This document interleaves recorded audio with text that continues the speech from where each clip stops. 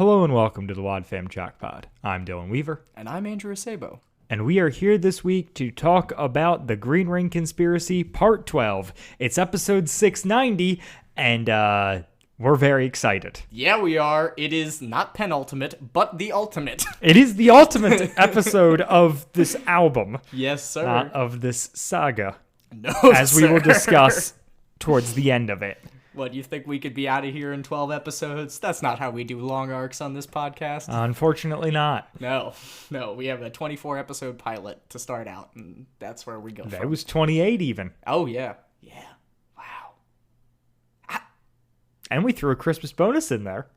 We did. We were very generous back in the day. I mean, I think we still are. We always throw in a Christmas bonus. I mean, we're the most regular releasing Adventures in Odyssey fan podcast. That's got to count for something, right? Yeah, and that's what helps me sleep at Actually, night. Are we the most regular releasing Adventures in Odyssey podcast? No fan? Because the official podcast is not. It's every other week, if that.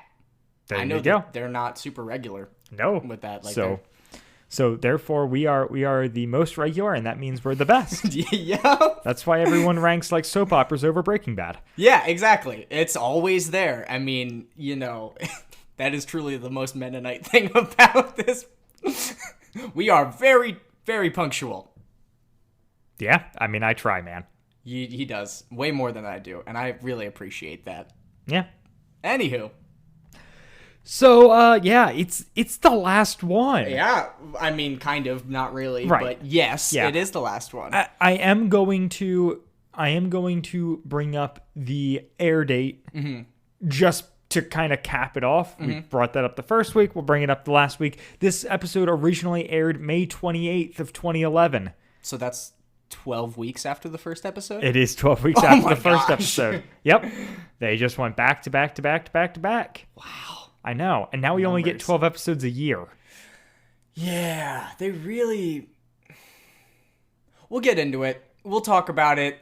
This episode informed me a lot about what the new era of the show is kind of like. And I would say the disposition of the showrunners and some of the producers. So, yeah, I still like Old Odyssey more.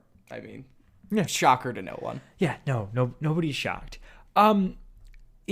I've got a little bit of cast, I guess, technically, which is just that we have Barney and Fred, which are the two people driving the train. Oh, yeah. With that extended combat scene over audio. Yeah. We have Phil Lawler playing Barney and Jess Harnell playing Fred. Mm-hmm. If you couldn't tell it was Phil Lawler, I don't know what else to tell you. It was, yeah. Definitely Phil Lawler. Yeah. And then, of course, the other one was Jess Harnell, because, I mean, you don't have many options beyond that. He's just the man with the voice. And I would say, multiple voices all at once. Yeah.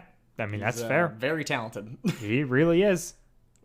I really wish that I could do something with my voice, but, I seem to be stuck with it. I mean, I can go a little bit higher and sometimes lower, but it's... yeah. I envy voice actors being able to manipulate their vocal cords in such intentional and beneficial ways. Yeah. That being said, Adventures in Odyssey, please still cast us. Yes. Just a one-off gimmick. We can just do our normal voices. We'll pull a Paul McCusker. Yeah, it'll be great. We don't need to say that much, but No. I think that it's, by and large that you maybe bring up another radio station. Yeah, no. We want to be the spiritual successors to the Cry and Brian Dern show. Yeah. Hey, you can do that voice. I can do that voice. It has been established. I mean... I'm prepared to I can write do up Link some Wainwright. narratives. You can.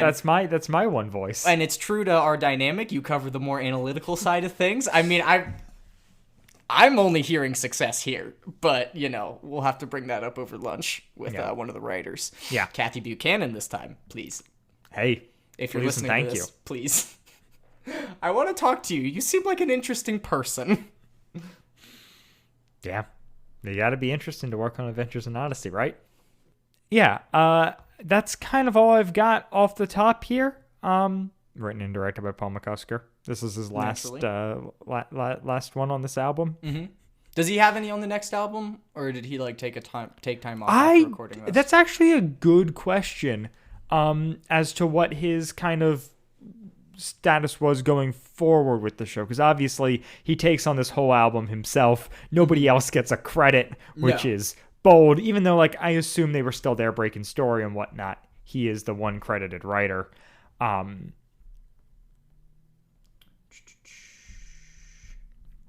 Oh, no, he's right back in 692 with a penny saved. Yep. So he actually does. And a penny earned. So Yeah. 1 second. I'm just glancing through. Yeah, he will have written and directed every episode we cover in this arc. Oh, beautiful. Well, that's actually really great then. I mean, I think. I don't know, unless he starts being bad at his job. But so far, that's meant good things. Yeah, we typically like Paul McCusker. Yeah, historically. And, well, yeah, because he did Novacom. That's correct? I'm remembering that correctly? Okay, good. Mm-hmm. During the time Phil was not on the show, because he was making 3-2-1 Penguins. You know, I'm probably going to recite that on, like, my deathbed. Like, I'm really afraid that, like, my last words are going to be some random Adventures in Odyssey quote. Like, oh, man! You seep that deeply into my subconscious that my, like, dementia-riddled raisin brain as an 80-year-old man is going to recite, you know, something from Eugene on my deathbed. I don't want that. It's Eugene. I'm going to roll the promo. Yeah, please roll the promo. Next time on Adventures in Odyssey, the Green Ring Conspiracy comes to a climax. The old Ross compound is our current home. And one of the most dangerous schemes to strike this small town is finally unraveled. We have only one other loose end to take care of. Come on, let's get going. Don't miss the explosive conclusion to the Green Ring Conspiracy next time on Adventures in Odyssey.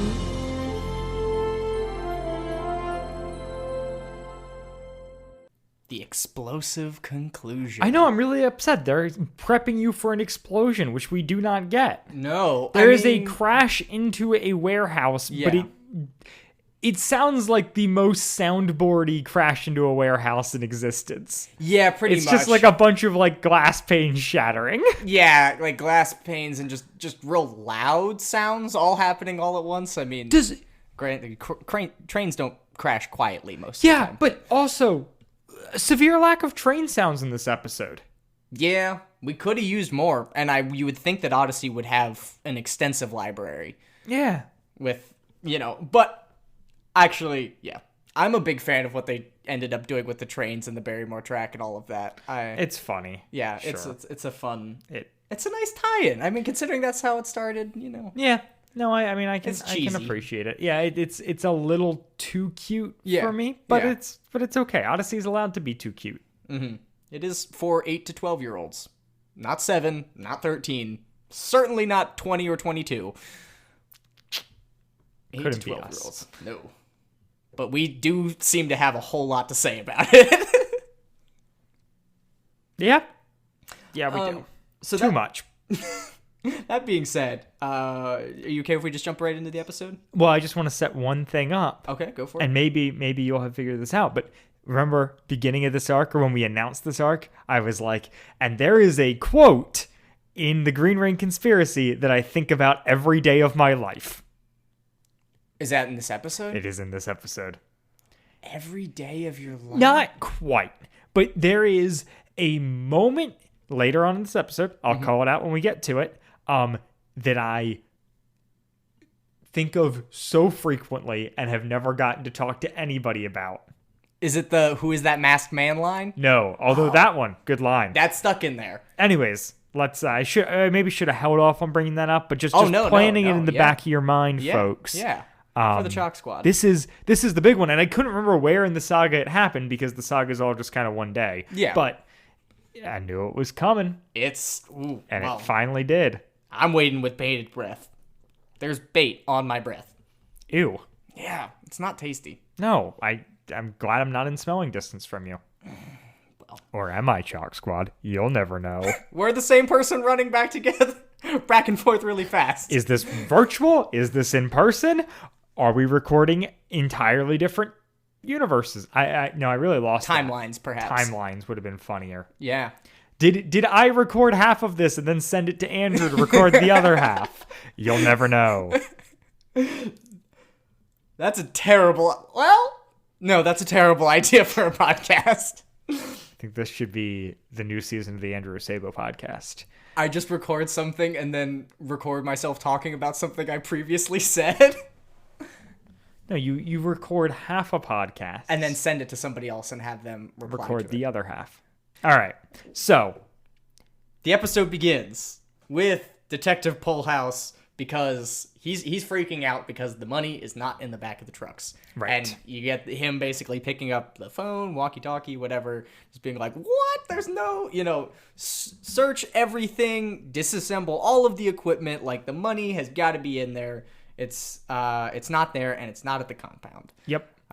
And this is a thing that was set up because this is the episode I was editing last night, peek behind the curtains. But this is a exchange, or this whole bit was set up in when Jason met with Archie, and it wasn't in the loop, and but Archie's goon let it slip that they weren't going to use the trucks. Yeah. And then last episode we got it a little bit when Trask said the thing to when Connie and Wooten and all of those people were down in the bunker. He kind of made reference to like it also not being the trucks. And so here we get the payoff of that.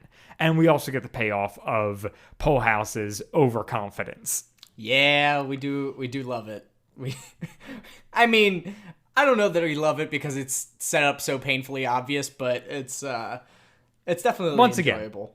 Again, 8 to 14. 8 to 14. Not the 8 target. to 12. 8 to 12. It's 8 to 12, isn't it? Yeah. Wow, not even 14. Yeah, Man, we're so a 4-year demographic. Yeah, talk about a target audience. Yeah. That's poof. Yeah, that's got to be fun for advertising. Yeah, seriously. Well, actually, it must be incredibly easy because it's like pretty much as unoffensive as it can be in that it takes place in a fictional world with no murder and no foul language. So there's definitely murder on this show. What are you talking that's about, true. Andrew? Okay, there's no... So many people have die. Yeah, that's fair. Okay. Yeah, remember Blackguard and... Oh my gosh, yeah. But what are the... Like the Paul McCusker interrupts the beginning of the episode to give a warning. Mm-hmm. What is the age limit he usually sets?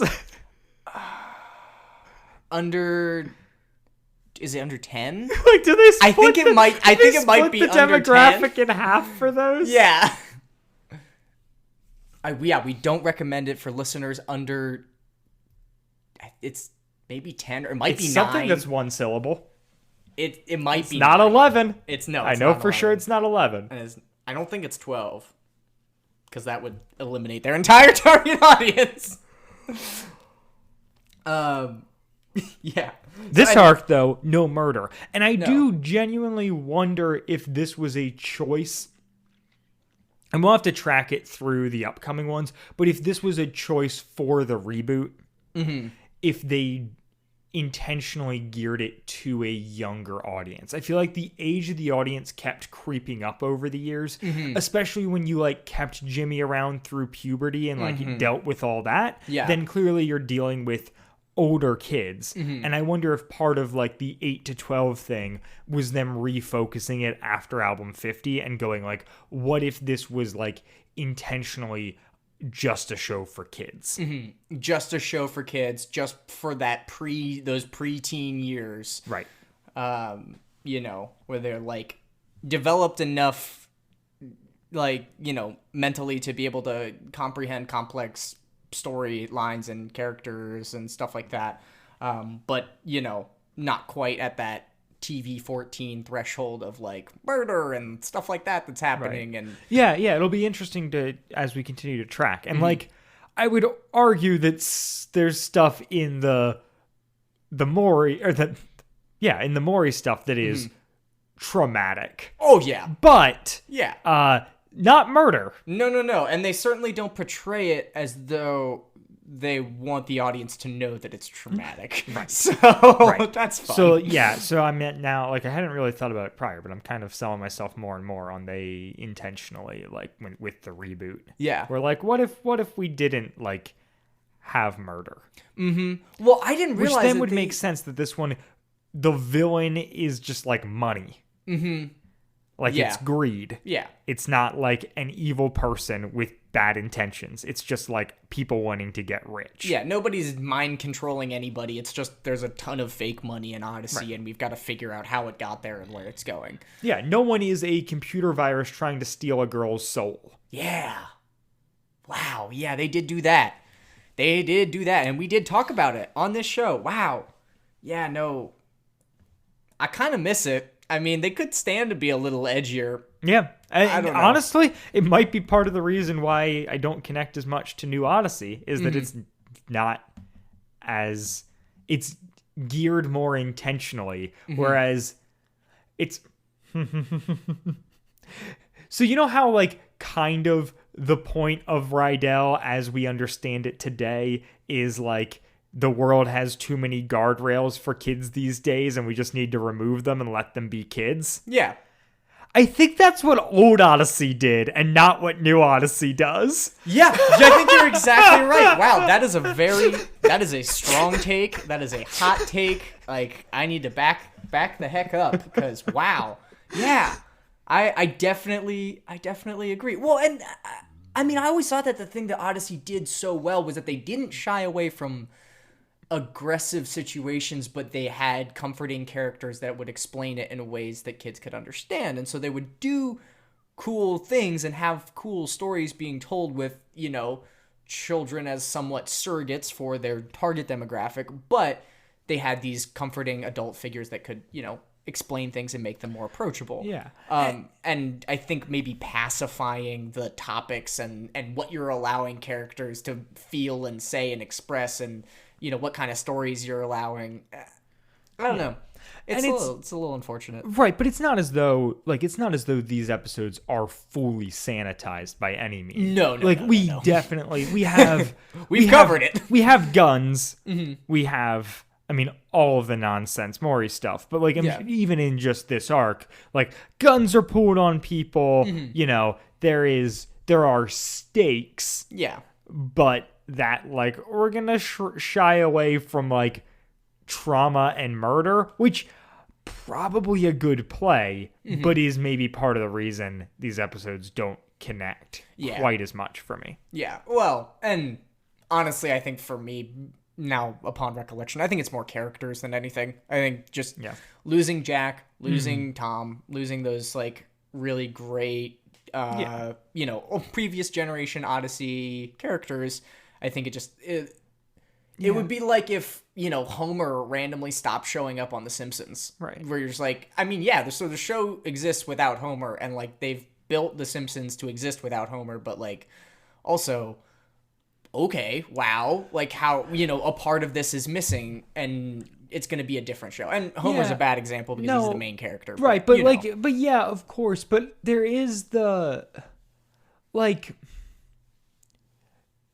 part of I think it's not just a sanitization of like, you know, reducing trauma and murder, but also like, I don't know, are there episodes these days that are just adult characters interacting?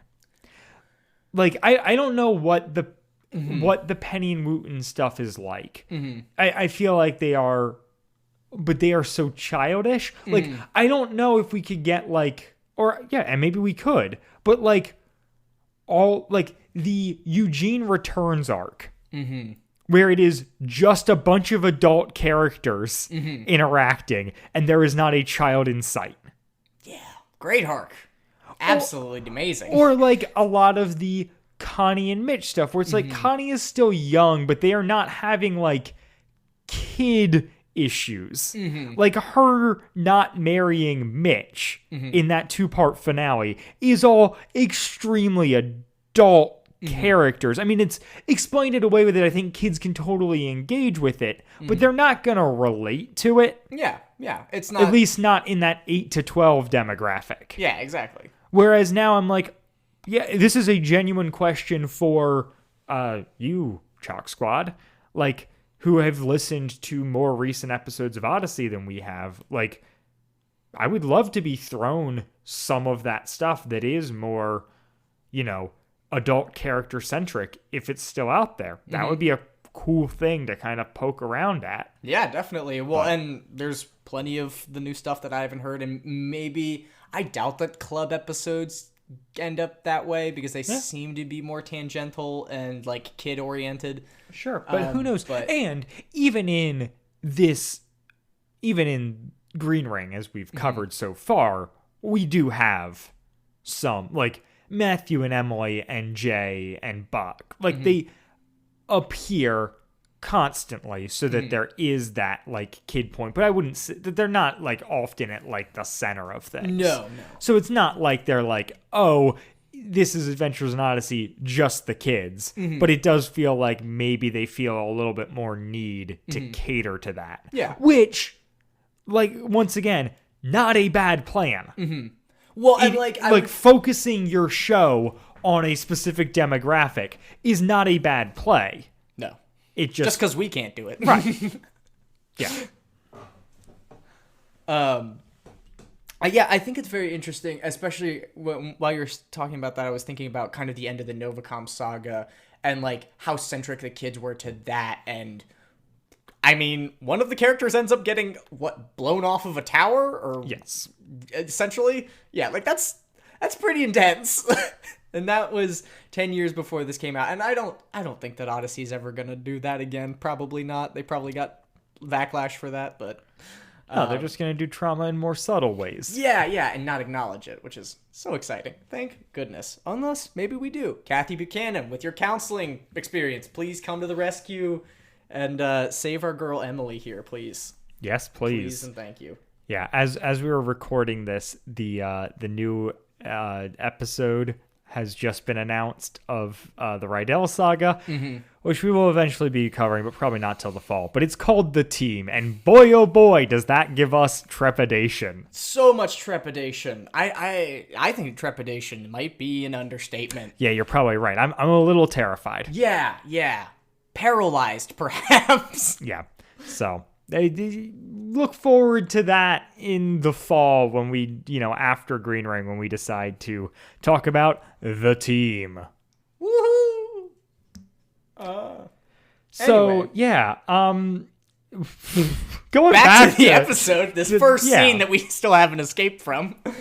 Yeah, well, I mean, we basically did escape from that scene, but we're now at a conference call between Polehouse and Whit, and then Eugene with Matthew and Emily. Yeah. And Emily kind of explains that they found they're trying to figure out what's going on at the old Ross compound. And Emily's like, we found on the schematics a fifth building. It's an underground bunker, mostly underground. As underground bunkers tend to be. And Polehouse is like, good enough for me. We're raiding the place. Yeah, he's really a live wire in this part. And then we just cut to him raiding the place and just going, hay bales. Yeah. It's like, good enough for me. We're going right now. And yeah, there's nothing there except for a picnic blanket and some raspberry sodas and some licorice. Yep. Presumably no entree. I mean, Wooten seems to have dropped the ball there, or maybe they just ate it all. Maybe. I don't know. But yes, a Winnie the Pooh blanket. And Whit's just like, well, this could only mean one thing. Wooten. Yeah. I mean, God bless that he has a Winnie the Pooh blanket. I don't know if that was established previously in the show, but that makes me feel warm and fuzzy on the inside. Yeah, especially knowing all the Winnie the Pooh and Adventures in Odyssey tie-ins. It's some great crossover. Oh, I started watching Twin Peaks. Yes. Yeah, and Penny showed up. Uh-huh. I'm sorry. Kimmy Robertson. Kimmy Robertson. Yeah. Yep, playing Lucy. Very weird. To It's the see same her. voice. Yeah, same voice. very cute. Very cute. We'll say that respectfully. You know, I respect women and their autonomy and everything. We love women. We love you. We do love you. Kimmy Roberts, we do love you as well. Yeah. Robertson, sorry. But yeah, that definitely caught me off guard. I tried to post about it on the Instagram for the podcast, and I couldn't get the scene to pause. So sorry about that. Next time, there's a lot of Twin Peaks to go. There is. Yep. And she does show up again. Right. She is kind of a main character of sorts. She's at least part of the ensemble. Mm-hmm. So yeah, then Wit's like, all right, well, we do have one other option. Mm-hmm. Cut to Monty bursting into Dirk's room and just being like, hey, nurse, if you've got a problem with this, go talk to Lily Graham. Yep, because all the information I need to get out of this guy is right away. Yep, right here. And Dirk's just like, oh, yes, I don't want to be scared by the stiletto, so let me spill the beans. Let me just tell you everything right away. Yeah. This episode is so rushed, and I don't understand why. Yeah, because you had it feels 12 drug out episodes, at the end. so many of which were inconsequential, especially in that first half. Yeah. I mean, they were doing a lot of setup. This arc is weird in that, like, so many of the episodes, like, there's so much information crammed in, and then so much that, like, doesn't matter. Mm-hmm. And there's, like, stuff that doesn't really pay off, or doesn't like clearly pay off. Like, I feel like listening to it in a more or less week-to-week fashion for the show, I don't feel like I gained a lot. No. Like, I don't feel like this analysis made me go like, oh, look at all these cool connections. It basically wore it on its sleeves. Yeah, and it's pretty straightforward. The thing that I am very disappointed that I didn't get was I didn't guess that the numbers were train car numbers. Yeah, Despite I forgot that as well. I knew there was a train. I completely forgot that there was a train. Oh no, I knew about the train. Yeah. It's really funny because I just finished watching Breaking Bad, and there's a whole thing in the final season about the train and people that work with trains and train cars and all of that fun stuff. So it was kind of an interesting crossover there. Yeah. So Dirk spills the beans that Skint gave him the numbers for him to pass to the stiletto. He didn't wind up doing that. And the numbers are for freight cars on a private train. They're going to go to, the train's going to head to Chicago, and the cars will be distributed along the way. Here's a great thing. I know I just criticized them for not really doing it, but here's a fun little one. Archie, remember, was surprised that Jason didn't know. No, yeah. This is because Dirk, he was supposed to know. Yeah. He wasn't intentionally being cut out. Just Dirk never got to him. Dirk bungled it. Yes. Because he double-crossed Monty. Right. I mean, that is kind of his fault, but Monty did kind of blow his cover, so, you know, who's really... Well, it's Tanner's fault, really. It's true. Who is gone. Yeah, completely inconsequential at this point. We just don't care about Tanner. Nope. Nope. Yeah, when you're talking about stuff that doesn't pay off, I was like, oh yeah, what happened to Tanner? Yeah, no, she's Can we there. get a shot of her going to jail, please? Or great performance, but yeah, just irrelevant. That's so wonderful. And then yeah, so we jump to yeah. So basically then Dr. Lily Graham, yeah, no, walks. it's just the nurse comes back. Oh, the nurse comes back in and kicks him out, and he's just like, yeah, it's fine, I'm leaving. Yeah, you can test him all you want. Yeah, but there's I don't know. I feel like this episode, in quite a few places, really nails the editing. Mm-hmm. And this, like, they were throughout that whole thing, cutting back and forth between Whit and Polehouse. Yes. Like, using the information and Monty getting it. Yeah. And it's just good. Yeah, it's so good. It's the kind of thing that, like, gets pulled off in live action all the time, but is much harder in an audio medium. Mm-hmm. And they really make it work. Because you can't show two things at once with sound. Right. Yeah. Right. Because, like, you would overlap dialogue with actions. Like, you'd have... Yeah, there's so many ways you could pull this off visually that just, like, you know, they can't, but they do really good here. Yeah, and they make it very, comprehensive and everything like that. But then, there are other points in the episode where they kind of drop the bag editing wise. Yeah, see train crash. Yeah. We also then we get exposition Buck. Mm-hmm. Our Buck's favorite walking up to the trailer with Skint and is just like plot movement. Character. Well, he's basically just like, Connie, Penny, and Wooten are in the train cars. Yeah, what do you and I'm do? like, why are we back here? I'm like, why?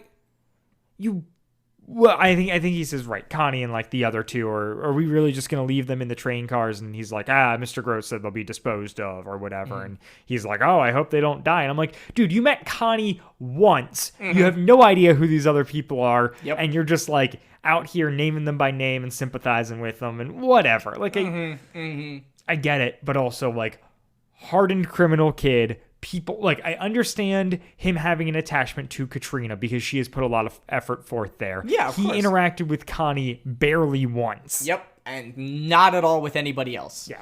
And I understand that, perhaps this is him getting wise to just kind of the broader strokes of criminal activity and that it, Sure. commodifies, is that a word? Commodify? Commodify is a word. Commodifies, kind of human life and stuff like that and for what it can be sold for and Sure. what it can be useful for. Absolutely. But it's still not great, and it's well, unfortunate. It's clunky, especially considering, and I know there's a little bit more for this scene, but in the next scene, we literally start out with Connie being like, oh, we're in a moving train. Mm-hmm. So it's like, it's not like it's setting anything up that we get the same exposition in the next scene. So it's weird and clunky here. And that's what I kind of felt about the end of I mean, we're not even close to the end of the episode, but more so like just this episode in general was they were tying up a lot of different things all at once, and that does make sense, but I feel like the way that they went about the intricacies of tying it up was kind of clunky,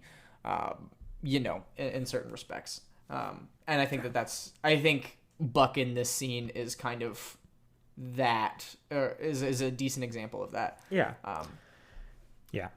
So yeah, and right, and so they're in the train, and Penny has this whole thing where she's like, oh man, my world's been turned upside down. Trask was the one man was like the man I trusted most, and I'm like, boy, is that strong. But yeah, I like some of my college professors. Some of them I consider not like family, but like close friends, and no.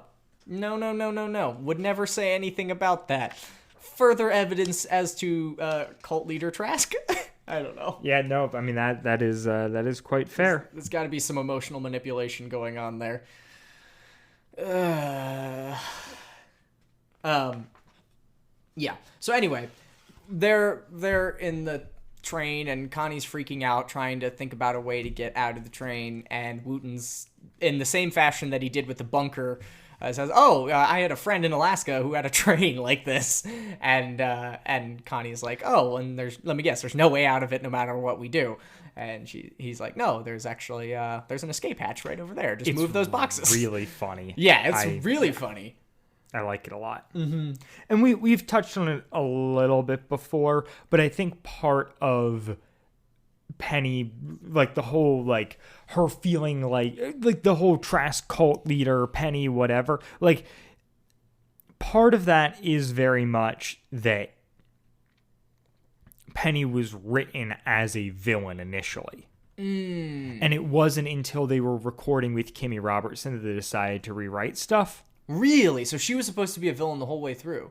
Correct. Wow. Correct. The plan was that she was going to be this bad girl who wound up being in cahoots with Dr. Trask. Mm-hmm. But because of Kimmy Robertson's relationship with Katie Lee, they were like, okay, maybe we do like a friend Connie's age, and they like switch it.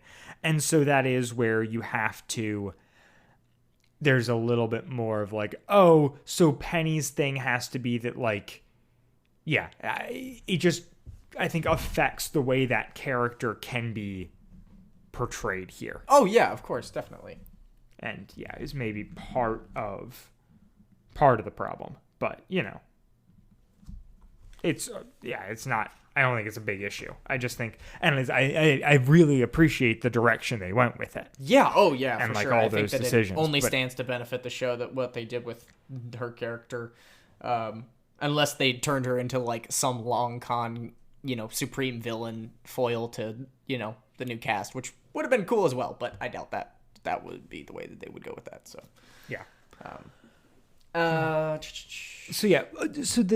think Connie gives like a nice little like, I don't know, mini sermon here about who to trust. Yeah, where she's just like, she's like, then this is why I never trust anyone. And Penny's like, wait, really? And she's like, well, no, of course I trust people. Like I have to trust people, but like I trust Jesus most of all, and use that as a filter through which to trust other people, and like not always gonna get it right, but like it puts me in a better place or whatever.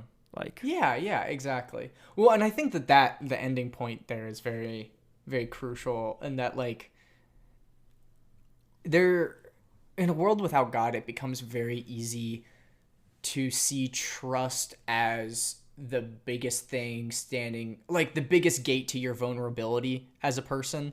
But if you have faith and things like that, at least personally, I found it a lot easier to trust people that I wouldn't otherwise, because I have trust in greater concepts of security and greater relationships. Yeah, no, that I can agree with you on that. On just the like, yeah, I do feel like part of my willingness to trust people, like I feel like there's a lot of, and I mean, Skint is the portrayal of this throughout the series, but just that kind of like, oh, if we never trust anyone, we can't be harmed. Yeah, exactly. And I feel like not worrying about it in as much human terms and being concerned about people taking advantage of me. Yeah, maybe foolishly or naively so, but just because of where my faith lies, does affect how I trust people. Yeah, of course, definitely. And trust is something that's earned, for sure. Oh, yeah. Inside, one of the crates that they moved is a slightly drugged Townsend Coleman. Yes. Actually, it sounds like he might be a little bit more than slightly drugged.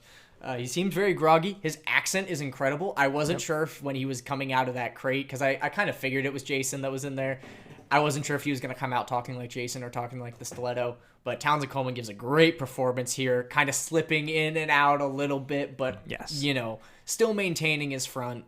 And Penny says, she's like, I'm still a little groggy. Penny's like, oh, traveling in a box always makes me groggy. Yeah. And he's like, it was mostly the drugs they used to get me into the box. Mostly the drugs that persuaded me into the box. Which begs the question, did Penny, ride in a crate with Trask or something like that? Was there an art trip where you become the art and they take you to a museum? Yeah, I don't know if it was a Trask-related thing or just a Penny's weird and quirky. But... yeah, well, I guess the question is, when did it happen? Yeah, who knows? And then Connie's like, man, that guy looks familiar. And then as he's exiting the train, he's like, hey, Connie, tell Mr. Whitaker, good catch to call him Mr. Whitaker and not Dad or even Whit, but tell Mr. Whitaker, give him the TLC clue about the plates. Yeah. And now I'm going to run across the top of this train because that's what gives Wooten inspiration. I find that running across the top of a train always gives me inspiration. Yeah. Yeah. And then Penny drops her iconic, who was that masked man? Which is a Lone Ranger reference, but also, at what point did the Stiletto start wearing a mask? Yeah, exactly. That was my question as well. Is that just there so that Connie's not dumb for not immediately recognizing him? Did they gag him? Why is he wearing a mask? I don't understand the mask thing. Yeah, no, in my head now, the fact that he's got something, they must have just put a bag on his head and didn't take, and he's just running on the top of the train, like Mr. Bean style with a bag on the top of his head. Yeah, perhaps. I don't know. It's weird. I mean, maybe they're really big sunglasses and it just covers the majority of his face. Maybe she was saying mask figuratively because it's Penny. Yes. a very artistic term. Yeah. So then we jump back to the Wit and whatnot. They've determined the whole train track thing. So there's a dry riverbed that goes to the train track that could have been used as a road. Matthew tipped them off about that in the phone call. Yep. And so they've got this train track, and look, it's going to go right by Hagler's junkyard. And then we cut to Hagler's junkyard, and this is the moment, Andrew. This is the moment that's been rattling around my head for the past 10 years. Wally Hagler goes, "I hear the train a-comin'. It's comin' round the bend." Which is a Johnny Cash Folsom Prison Blues lyric. Yeah. Which is a song that I was very well acquainted with at the time of listening to this show, and is one of the... You're such a cool middle schooler, Dylan. One of the weirdest, like, name drop references, Crossover whatever. things. Yeah. It's just like, the Johnny Cash Christian whatever crossover is obviously there. But that one? Putting that line in the show at that time as a non-acknowledged reference that is not toned, like it's always been just a weird thing that's rattled around my head because of it is him stating a fact that is a plot point. Like, it is only a joke for the audience who gets it. Yeah, exactly. Yeah. But it's not funny. No, and it's not framed as a joke. Right. It just makes you go, huh? You just yeah, is that Johnny Cash? Oh, all right. Well, the train's coming. Oh God. Yeah. And it just forever has bothered me. Interesting. That I feel like I know you better as a person. And it was just one of those things that I've never been able to express that. Right. And pinpoint it for sure. Right. Well, I've been aware of the existence of this line in this show. Yeah. As here's a fun scavenger hunt. If you guys go back and listen through this whole series, you will hear moments at which I reference. I think it specifically came up with the Marvelous Mrs. Madoff thing, where when we were talking through that, and I was like, there is someday when we cover the Green Ring, another weird placed reference that just is always rattling around in my head, and this is it. And it's just, it's got that benefit of surprise Johnny Cash. We love it. Yeah.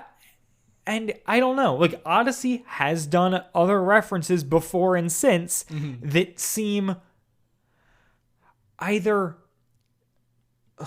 the Marvelous Mrs. Madoff is fine because Maury isn't actually communicating anything with that line. It's just there as a joke for people who get it, and it has no implications for other people. Yeah, exactly.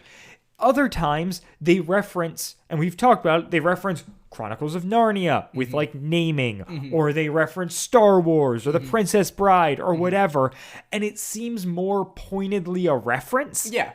This is just a line of dialogue that rather than writing a line of dialogue, they lifted a line from a Johnny Cash song. I mean... And a dang good one at that. Yeah, a dang good one, and I want to call Paul McCusker lazy, but, I don't think that I can, because I quote music all the time. It does not bother me. It is actually, and I think it's actually a good, also, if you've listened to the show for a while, you understand that this is very much the kind of humor that Andrew and I partake in. Which is almost exclusively. Which is the just we're just going to reference a Switchfoot lyric and not acknowledge it. Yeah, exactly. Because we both get it. Yeah. Do we care if anybody else does? Right. Not really. But it sticks out so much in the show, and it's not, I don't think is particularly good or particularly bad. No. It is just a thing that I could not stop thinking about and never really had an outlet for 10 years now.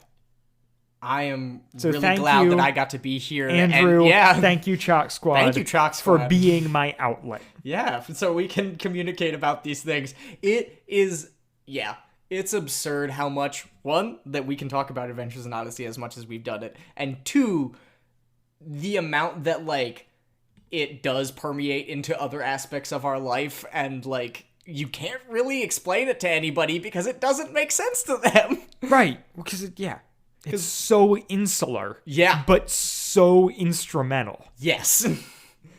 Which I think means that they did their job well. Yeah, no, absolutely. Yeah. So that line. Mm-hmm. And then we reveal that there is a track going into his junkyard. Classic. The track runs into the storage shed. Mm-hmm. And he's like, the storage shed that just got built. Isn't Right. that previously established? It's like pretty recent. maybe it's just got it's got a lot of equipment in it that's worth money. No, I think he mentions it to Wally or something, or not. Or Wally mentions it to Archie or something like that. Oh, okay, maybe. Anyway, Yeah. I did not catch it, but that does not mean it's not there. fact check. That's Chalk Squad. It is one, just like ultimate plot convenience, whatever. That doesn't bug me. There is part of this that will bug me later when we talk about it a little bit. Well, let's just do it here. So he's like, okay, they're going to flip the line. It's a Barrymore line, which is Matthew's expertise. Yes. And Jay just goes, who knows that stuff? Why does he know that kind of stuff? Which is exactly what Emily said in like the whatever that was. Yeah, part 1, part 2, something like that. Early episode. And then Emily says the equivalent of a verbal kiss. Yeah. Like, Yeah, she's so affectionate. yeah, It's really first she's cute. just like, that's what I asked, but I'm so glad he does right Yeah. now. Yeah. That's what but I said, yeah. but I'm so glad he does right now. And I'm like, Yeah. Oh, it's very cute, but I'm like, yeah, that is the like your like in the action movie where like somebody knows something dumb like that and the woman just like turns and like kisses them. Yeah, like that is exactly. exactly what is communicated through that. yeah. It's not like a sexual kiss. It is just a kiss of joy. yeah, like a kiss on the cheek, very aggressively, like 2 hands on the face kind of Right. situation. It's a Wonderful Lifestyle. Or doesn't Leia do it in A New Hope? Doesn't she like kiss Han or Luke or somebody like that? Out of joy. There is definitely There's a joy kiss in the cockpit of the Millennium Falcon, Yes, I believe. for sure. So yeah, that is just a great thing. And then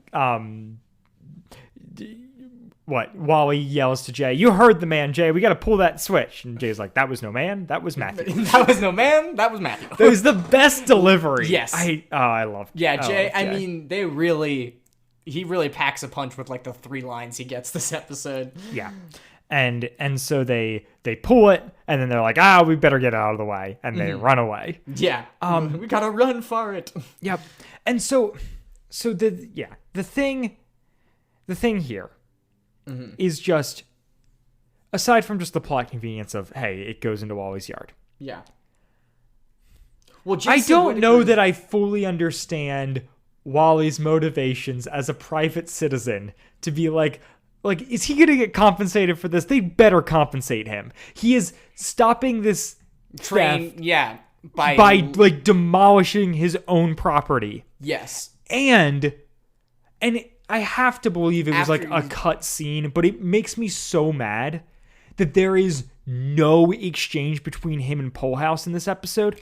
Yeah. Oh, yeah. You're right. He deserves He went it. for a sacrifice play to help the man who hates him on no basis. Yep. And he doesn't get acknowledged for it. He gets nothing for this, and I feel so bad for him. Gets a lot of scrap metal, presumably. Sure. But it's such a bummer that like this would have the perfect opportunity for them to pay off. Right. Well, it is the emotional payoff for what's been going on, but they just don't bother to actually like it's like they didn't connect the dots. Yeah. Like they put all the things out there and then just left it up to you, because it does feel like this big thing where it's like Wally, who has been a little self-serving through this whole thing, while also like not be like very clearly not doing anything wrong, but like could have been more forthcoming about things, is not necessarily. Well, he doesn't have a great relationship with the law enforcement. Right. And it's just like, this is like his big moment where he's like, all right, I'm going to sacrifice my barn to stop these train robbers. My business by crashing a train through it. Right. Like, right. And it should just be this like big moment. And instead, like, we never come back to it. Nope.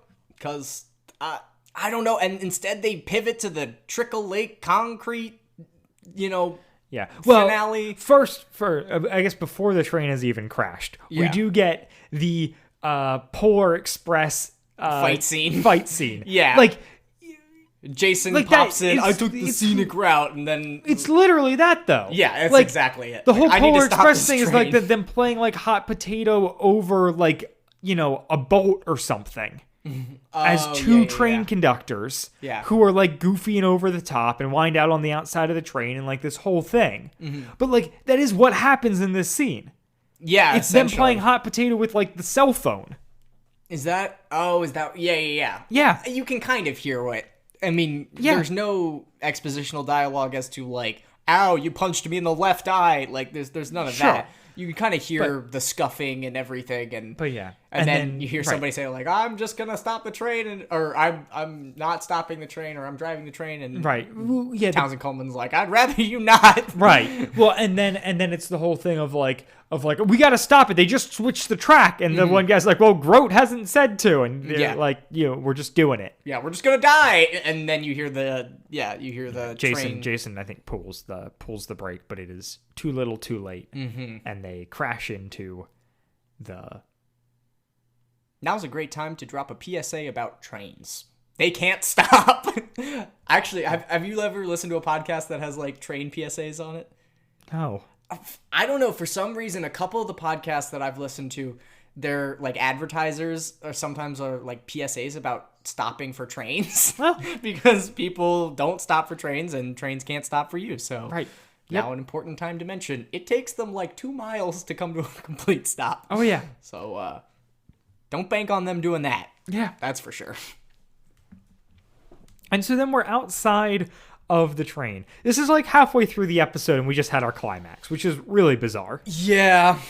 But we're outside and there's all the people have arrived. Archie is there. So he was just inexplicably on the train? Yeah, even though they were going to call him, which is... I mean, I guess maybe it was a situation where it's like there's a train phone, they were calling to another car, maybe. I don't know. I don't know how that stuff works, but why was he there? I don't know. A terrible criminal is literally sitting on the train with all of his money that he counterfeited. Like, are you kidding me? Yeah, and then like Connie and those folks get out of there. The money cushioned their fall, and Connie has the realization that it's Jason. But like, yeah, and so like later on, when they're all hanging around there, and Connie starts to fill Whit and Monty in on what was going on, like Jason just like I guess ran away from the train crash. Yeah, he's not there. But everyone else, it's so weird. I don't know. Then he talks to Whit at the end. Right. He breaks into Whit's house at the end, but I guess he just didn't want his cover to be blown. Yeah. So like he didn't hang around at the scene, I guess. Yeah. Because I guess when I was writing the notes, I was assuming that Jason was just dumb being the stiletto, but then he's not by the end of it. No. So. Yeah. And the labyrinth is dropped, like name dropped. So the next scene is Skint and Buck walking back to kidnap Katrina. Yep, because they need her as an insurance policy. Yep. And, Skint is at this point being very distant with Buck and kind of like standoffish, like, you don't need to know everything. Like, I'm not going to explain this to you. We need insurance so we can get out of here. Right. Well, because Buck's whole thing is like, I don't want to do this to Katrina. Yeah, I don't want to turn this person that's been kind to me into a hostage. It makes a lot of sense. Yep. It's a pretty reasonable response, I would think. Yeah. But this is, while the whole, all the Jason, whatever, well, we just had like a really funny scene in the episode, and we do have other good ones. This is, I think, the best scene of the episode. Interesting that you would. Okay, I feel good things mostly. I mean, I'm glad that Buck made the decision that he did, and like it is. Actually, the pause is incredible. Okay, I'm on your side. So I've come around. The only reason I say that is, so it's this whole thing where like Buck and Skint are going back and forth, and Skint's finally just like, look, like, I'm in the clear. If you don't want to kidnap her, that's fine. You're just going to get arrested. And like, I will get out of here. And it's like, we've been building to this, whatever. And it could just be that. And Buck says, okay, I'm staying. And Skint walks off. Instead, they give, David Selby as Skint, best performance. Oh my gosh, incredible. So good. And this is where I'm just like, oh, this is amazing. Because it's him being genuinely broken up about this. Being like, you know what? I'm going to miss you. Right. I have cared for you. You can hear it in his voice. He genuinely is going to miss it. But at the same time, he is always his number one. And in this circumstance, it's not even him giving up Buck to save his own skin. It's Buck saying, I will not commit a crime, and him saying, well, you need to if you want to stay with me, and Buck saying, then I'm not going to do it. Yeah. So it gives it even more emotional justification where it's not just Skint, things get tough and Skint runs away. It's like he tried what he could do, but at the end of the day, he doesn't control Buck. And he recognizes that and just goes, okay, I can't change your mind. I still need to worry about myself. I'm out of here. Yeah. Like, I'm not going to prison. And it's like, you totally believe him. You understand why this is the way he is reacting. And he sells it so well. Yeah. He does a really good job. Just being broken up about this thing. Their relationship was never properly familial. No. But there is affection there that is Yeah, but he is still, he does care about this Yeah, person. yeah. He's been his guardian for a long time. Yeah. And presumably, Buck's like, what was he, in 8th grade or so at this point? Like, he's something in, like that, in middle yeah. school. He might be 16. I think he's 16. I think they established 16 for some reason. Maybe Oh, not. yeah. No, 14. They established 14. Yeah, Okay. so that would be 8th grade, I think, or Yeah. maybe 9th grade. Yeah, 8th or 9th. But yeah, and it's so good because you could do it lesser than you. Yeah, it didn't have to be this good, and it was. And you also have, from Skint's side, this is the only person he has trusted. Yeah. This is the only person he's kept around. Yeah. Even if they don't have a father-son relationship, this is the person who is closest to him. Yeah, this is his accomplice. This is his partner. And he is making a choice between his own freedom and staying with that person. Yeah. And he chooses to be free rather than to stay with them. And sure, he's a criminal and he should be in jail. But from his perspective, that's a tough choice, and they sell it really well. It's well written and incredibly well performed, and I love it. Round of applause just snaps in a circle around the microphone. They did a great job. Yeah. Okay, you're 100% right. And Buck's pause when he asks him, like, what's it going to be? That, like, second and a half, 2 seconds that they give there is so good, because Odyssey rarely gives that amount of silence for anything. No, fair. And so, especially in a situation like a decision being made or something like that, like, sometimes they play it up for dramatic effect, but I don't know. It just really struck a chord with me this time around, where I don't really feel like Odyssey employs that strategy all that often, and it really comes through here. So Buck stays with Katrina, and Skint leaves, and Buck takes off her gag, and Katrina's like, I was praying that you'd make the right decision. I was praying that you would see that your destiny isn't written for you yet, that you still can be something else than what you are right now. If you seem like you don't like that. Yeah, it's really, really great, and it's a great Katrina moment, and it makes me feel all the better about Buck ending up with Katrina and Eugene and all of that, that kind of relationship, this incendiary moment that they have together. I like I like that that's what comes down the line. I think it's not necessarily set up in a way where it feels like that's what has to happen. No, not which at I all. also appreciate. Exactly. But it sets it up in a way that when it does happen, we can be happy about it. Well, and you think about, the stories that they're building with these characters and kind of the world building, that the ideas that they have in their head when they're making these decisions. And scenes like this that would end up in a, Eugene, what is it? What's Eugene's conversion episode that we talked about that was super good, that had the clip show? What's it called? The Time Has Come. Yeah, Time Has Come. If they were to do a Time Has Come style episode, this would be one of those moments. Yeah. Is he a Christian? Did they make him a Christian yet? I don't know. I don't know. I assume that's, if it hasn't happened yet, obviously in the pipeline. Yeah. But naturally. But I don't know where Buck's at with his faith. Time will tell. Yeah. It certainly will.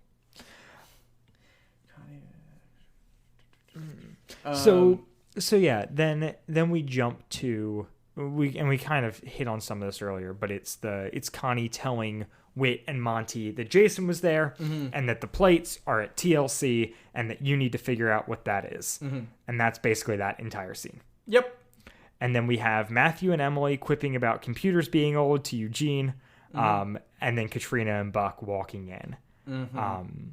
And Buck apologizes. Yeah. And says he's going to turn himself in because he's not Maury and he doesn't suck. Yay! Way to not be Maury!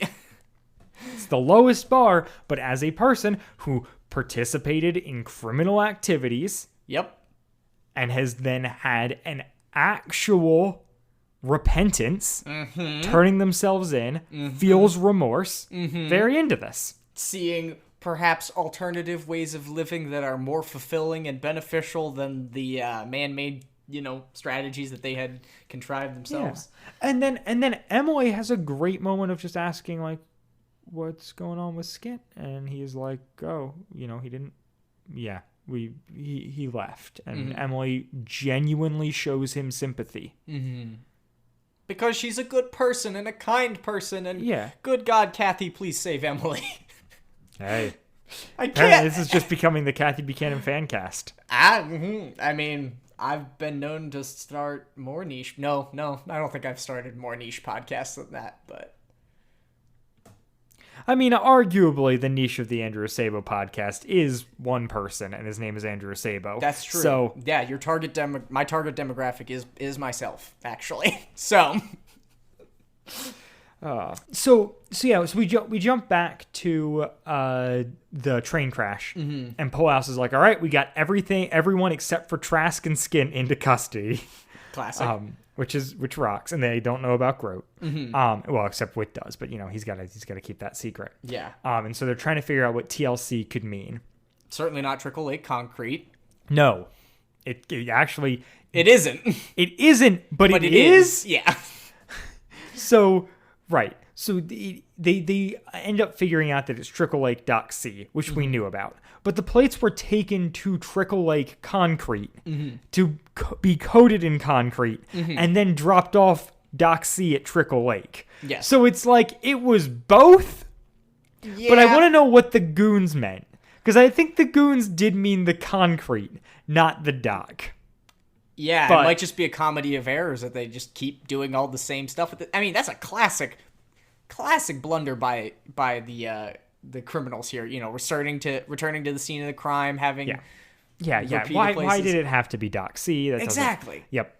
And so they go to the dock. There's a chain at the end of the dock, and they're like, and Polas is like, I'll get a truck and we'll pull it out. Yeah. But before he can get the truck, we needed a convenient tie-up for a character arc. So crash in the pool house, boathouse, outhouse. Yep. The one that Monty had previously broken into. Yes. Hopefully the door was fixed. We don't know. It now contains Dr. Benjamin Trask. Yep. Who they are going to arrest. I was looking at the waves. What for? What are you arresting me for? Certainly not everything that you've done that's illegal. It's a thing that happens, I guess. Whit congratulates Monty, and it kind of ties up one of the last threads of the episode. The final scene is Whit entering his house, and like we said, Jason breaks in, and he's already there.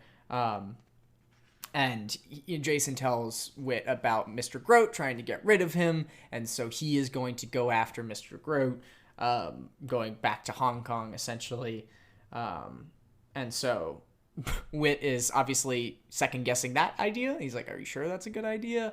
But Jason, obviously in true Whittaker fashion, has his mind made up. The exact quote goes, "Back to Hong Kong. Is that wise? Someone has to do it. I'll be back, though. John Whittaker, I'm counting on it. I love you, Dad. Love you, too. Be careful. Don't get lost in the labyrinth." Dun, dun, dun. Certainly not the name of a 3-part episode in this series. Yes. You're going to get lost in that labyrinth of lies already happened. Yeah. So they had to double down. Yeah. There's a lot of labyrinths of lies. So, yeah. Maury arc has labyrinth of lies. I feel like there's just lots of lies. The other thing we should hit on here is so when Wick gets to his house, the door is open. Mm-hmm. He walks in, and Jason's like, "Sorry about the window," which is the same thing that we were talking about in like the second episode or whatever that Monty does. Mm-hmm. And we were like, "What's going on?" A lovely listener who I did not write their name down, so shout out to you, Mr. Anonymous, or Mrs. Anonymous, who knows? Or they Anonymous. Yeah. Anonymous, just full stop. Yeah. Wonderfully gender neutral term. Crazy how that works. But so they've pointed out the great thought, which is it's a door with the window, and they punch through the window and to turn the knob and open the door. Which is a thing classic. That we've all seen in a million movies. Yeah. And we just, didn't think about it. Nope, but it is 100% what happened in both those scenes. But I do like them mirroring each other and that whole thing. And did they do like the karate yell before they do it? Like in all the old movies? They go, ah! No, they just wrap a towel around their hand and punch it through. Yeah. Karate yell's only when you're like kicking down a door, not when you're just putting your hand through a window pane. I guess I'm just dramatic then. I do a karate yell when I'm punching through glass. Yeah. Probably do that less. That's fair. He says with one hand in a cast. Yeah. There's also, it's just really sweet. There's like a Whit and Jason hug. Yeah. I like it. Yeah. Familial affection. We love to see it. Big fan. And considering everything they've gone through, I mean, goodness gracious. Yeah, I really hope that they could take a couple days off and relax and do normal chill Odyssey things together. Yep. But obviously Jason is off to get lost in a labyrinth, essentially. Yep. But that's the end of the episode. That is it. But as for the actual like conclusion to this album, this arc, even if there is more of a saga going on, this is definitely a complete arc here. Yeah, or mostly complete. We leave the door open with Groat, but so what do you think? I think it's good. I mean, the ending was rushed and a little convenient-y in a lot of ways. Was this the best use of a full album's worth of Adventures in Odyssey as far as like could they have fit a more compelling, well structured crime narrative in there? Sure, I'm sure they could, but I think that it's good, and I think as far as like post, Novacom, post album 50 Odyssey, it's some of the best stuff they've done, and they're, all the things that I like about Odyssey shine through in these episodes pretty well. I mean, we got Wooten, which is really all I listen to Odyssey for, and we've got great kid interactions between Emily and Matthew, great sound engine. We've got great kid interactions between Emily and Matthew. We've got excellent sound engineering throughout. The score is really great. I didn't realize how much they were able to recreate a similar aesthetic to, like, like in the same way that that Novacom music scores will stick in my mind, and I just can't quite forget them. And whenever I hear them, it's so nostalgic. Listening to this album again and hearing those lines and everything like that, those transitions were really cool and fun. Like, that was something that aged even better than I thought it would. Because there's something about the nostalgia there. Yeah. Oh, yeah. Yeah. Well, and it's, I mean, as an adult and John Campbell makes good scores. Yeah. Yeah. I mean, the amount of effort that goes into making something sound that good and that clean. Yeah. And I am a sucker for repeated themes. Motifs. I think I wish movies leaned on that more than they do in a lot of circumstances.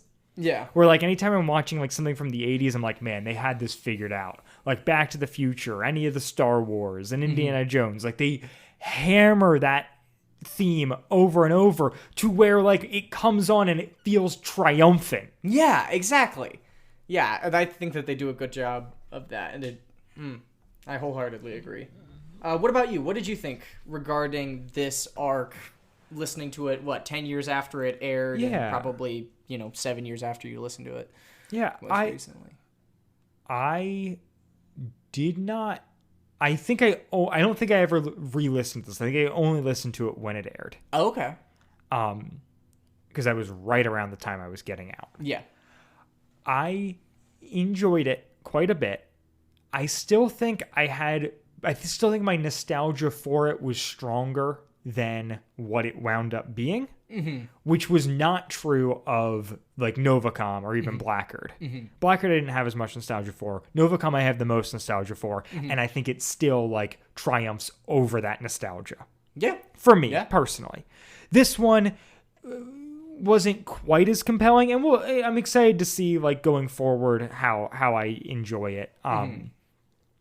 But it is, it's good. Like, it really is good. I don't want to be negative here. But it's not your favorite, and right, there are, of course, things you don't like about it. I think the core of it for me that is, I don't know, I think one of the reasons I don't like it as much is all the stories are constantly interwoven throughout. None of the episodes stand on their own, which is a thing that it's the reason this is a 12-parter, not just, because, like, Battle Lines, you can argue is a 12-parter, except that all those episodes, for the most part, work independently. And, like, even though they're, like, all building to this bigger thing, it's, like, focused on a specific set of characters doing a specific event that builds. Whereas this is all just, like, fragments of a story stretched out. Yeah. And I think the downside of that is there's just some weird pacing stuff. Some stuff's overemphasized over others. Also, they were planning to conclude everything in this, and then essentially ran out of time and were like, great, we'll just set up Groat and Skint for down the line. Yeah. And I'm like, you did 12 episodes? And you couldn't tie it up? Some of which feel somewhat inconsequential, and it's not, like, there are ways to hint at a thing that you will pay off down the line, or not pay off in the case of, like, the chairman or whatever. But, like, you can do it where you're, like, leaving the door open for stuff to come later. But they are constantly referencing Groat. They talk about him coming to Odyssey. Yeah. And we do not see an inkling of him because they're going to do that down the line. And it feels very much like we just didn't know how to write a 12-parter. Mm-hmm. And so we just had to like shove this to a future album. Yeah, and maybe once they got going, they thought that, you know what, there's a lot here, and we can, because... But reboot of the show post album 50 and like everything that Paul McCusker was trying to do with this, I wouldn't be surprised if there was, you know, a part of his impetus idea that there was going to be a head bad guy that was going to carry over. For sure. I think what it feels like though, and the impression I get is that they've decided to make it all this one storyline that takes place over 4 days. Mm-hmm. 3 days, 4 days, 4 days. 4 days, 3 episodes per day. So the thing that I think this just makes clear is, even though they were taking all of these storylines and weaving them together in this like one coherent arc, and they like maybe had stuff outlined where they're like, I think this is where the storyline goes and whatnot, I think it still was produced as though these were individual episodes. Mm-hmm. Which I don't think is what this sort of an album needed. If you were going to be like short timeline, all these storylines weave together, you should have like plotted it out and written all the scripts out at once. Mm-hmm. And I know that that's not typically how Odyssey is written, but this arc I think really I don't know, and I could be totally off base. I'm not a writer. I don't have the inside track here. But it feels very much like they wrote each episode and didn't ever go back and edit and revise previous ones. Like it feels like, and maybe they had 3 episodes going at a time or whatever. Mm-hmm. Like I don't know how their production schedule goes up, but it wasn't like they wrote all the episodes and then edited all the episodes. Mm-hmm. Or to create a cohesive story. It feels like by the time the final episode was written, they had already like recorded the first one. Yeah, exactly. Like it feels very much like this just went through their production like it normally would, which means that they're doing episodes like they're doing, you know, a chunk here, a chunk there, working their way through them, but they don't. But it doesn't feel like they broke a full-blown story and then, like, they made this long story and then split it into episodes. Or they wrote these individual episodes and then they went back and, like, made it work as a story. Yeah. And worked to tie them together. It feels like they wrote episodes kind of in order and definitely planted seeds for stuff, but they planted seeds for stuff that didn't pay off, or it didn't pay off clearly, or it doesn't feel as cohesive as what I'd want from a 12 episode arc. Exactly. Which, and you would think that this would be the most cohesive, this would be the most, trackable Odyssey album to date because of that, but it's really not. And you know, I wanted to be blown away with how interwoven all of it was, knowing that it was produced as one album, an entire arc, and instead I went going, okay, they did a serviceable job. It was perfectly adequate, but I wanted it, given the production, to just be better than that. Yeah, exactly. And it kind of felt, I mean, for lack of a better word, but like we often talk about on this show the some of the discrepancies between part 1, part 2, and part 3 of a 3-part episode, or between one part and another in whatever multi-part episodes we're covering. And because this is a 12-part episode, it just feels like all of those classic pitfalls that we end up seeing in 3-part episodes, where they take a twist that doesn't make a ton of sense and doesn't really pay off. Like, that sort of mistake keeps happening mistake, but those decisions keep happening all throughout the saga, and I think it serves to disservice it. Right, and we give a lot of Blackguard stuff a pass because we're like, that was an arc that was written over like 10, 15 years of, well, no, not even. But that was an episode that was written over years. It's across hundreds of episodes. I think, like, it makes sense that there are occasional inconsistencies and things that kind of get dropped and aren't really clear. This was all broken at once. Yeah, this it was should have read recorded like and a book. released as one album. Right. It should have read like a book, and instead it didn't, you know? Right. And that's okay. But as far as, you know, if we're being honest with how we feel about it as a whole, and especially going forward and what we're covering for it, you know, in the grander scheme of Odyssey, yeah, you know, official power rankings are definitely still Novacom 1, Blackguard 2, and then Green Ring, like, 3, I guess. Yeah, if we're going like, if we're talking about the big three, yeah, the big three. That's my ranking. Yeah. And we'll see. I doubt it, but like we are only half-ish way through this, depending on how many of these we decide to cover. But there's a lot I love. I love everything with Jay. I love Penny as a character. On the list of things that I don't think get paid off really well is some of like the Penny and Trask relationship stuff. But I know that we get that next album.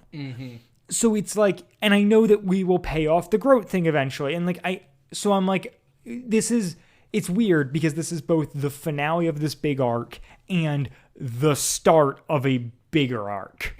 So it was a finale of a reboot of a thing. So when we get a disconjointed right, storyline. so when we get to the long end, you know, in a few months, like we can talk about the whole thing and see how it compares. Yeah. But at this point, it has yet to impress me. I've liked a lot of it, but I haven't been, it hasn't wowed me in the way that I was really, you know, hoping for. I mean, my hot take is, is Grand Opening, is that that's the title of that album? That album with Grand Opening on it, is it? No, Counter Moves. Counter Moves. Yes, okay. Counter Moves is the album. Okay. Yeah, I think that Counter Moves is a more cohesive storyline across 12 episodes than this is, and it's not entirely like... that's not even an entirely Novacom album. No, there's a couple, you know, one-offs there. I think maybe one. But, yeah. That being said, do you have anything else you'd like to add? Just like a random note that that this is, as far as I know, the only Odyssey episode where we get full-blown credits at the end of it. Yeah, they're Chris very long. going through and saying so-and-so as so-and-so for the whole thing. Because we always get the list of names and Will Ryan as Eugene or whatever the equivalent is in that one. I think recently it's been Atticus Schaefer as Maury, but like it's still like, so it was fun that that we actually got everything here. All hearing them all rattled off. Andre Stoica, Townsend Coleman, you know, Will Ryan, Kathy Buchanan. Yeah. Diane Shu, was Lauren Tanner, but not in this episode, but on the album, just kind of dropped, but she gets credited there at the end. Love it. Yeah. Wish she was here. Wish you were here. That's the album we're going to cover next. Actually, I would love to cover that album. That has the Eugene and Bernard road trip on it. Oh, that's that one. Yeah. Great. Yeah. Great episodes. Maybe someday, Shock Squad. Maybe someday. All right. Then with all that being said, next week we will be back with episode 692, A Penny Saved. Bye, guys. Bye.